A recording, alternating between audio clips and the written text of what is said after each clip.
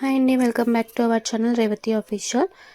నేను ఈరోజు మీకు చూపించాలనుకున్న రెసిపీ బేసన్ పూరి అండి. అది ఎలా మిక్స్ చేసుకోవాలో చూసేద్దాము. సో 3 కప్పుల గోధుమ పిండి, 1 కప్పు శనగపిండి, 4 టీ స్పూన్ల మైదా పిండి క్వాంటిటీగా తీసుకొని బాగా మిక్స్ చేసేసుకోవాలి. అది కలుపుకునేటప్పుడే దాంట్లో ఉప్పు, కారం, పసుపు యాడ్ చేసేసుకోవాలి. అలా యాడ్ చేసుకోవడానికి మొత్తం స్ప్రెడ్ అవుతుంది. సో తర్వాత మనం తీసి పెట్టుకున్నవి ఉప్పు, కారం, నువ్వులు, కొత్తిమీర, పుదీనా, జీలకర్ర పౌడర్, అల్లం వెల్లుల్లి, నూనె, పసుపు ఇవన్నీ తీసి పక్కన పెట్టేసుకోవాలి. నువ్వులు ముందే వేయించి పెట్టుకోవాలండి.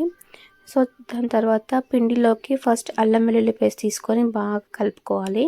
సో అన్నిటితో పాటు వేస్తే బాగా కలగదు, అందుకోసం అని చెప్పేసి సపరేట్గా వేసుకొని బాగా కలుపుకున్న తర్వాత దీంట్లో మనం కొత్తిమీర, పుదీనా, కరివేపాకు కట్ చేసి పెట్టుకుంటాం కదా, అది కలుపుకోవాలి.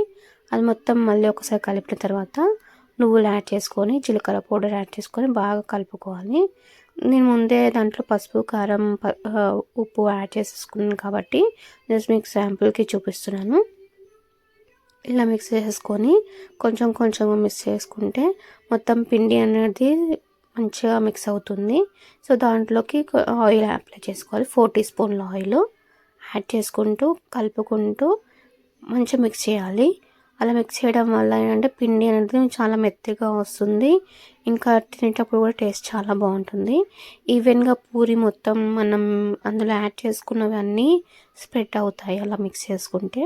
సో మొత్తం మిక్స్ అయిన తర్వాత కొంచెం కొంచెం వాటర్ వేసుకుంటూ బాగా కలుపుకోవాలి. అలా కలపడం వల్ల మనకి పూరి అనేది కొంచెం మెత్తగా వస్తుంది. ఇంకా ఏంటంటే టేస్ట్ చాలా బాగుంటుంది, పొంగుతుంది పూరి కూడా. సో అందుకోసమని అలా కలుపుకోవాలి. సో పిండి అయితే రెడీ అయిపోయిందండి. కొంచెం 5 మినిట్స్ వెయిట్ చేసిన తర్వాత చిన్న చిన్న ఉండలుగా కట్టుకొని పక్కన పెట్టేసుకొని పూరి బెల్లాయించాలి.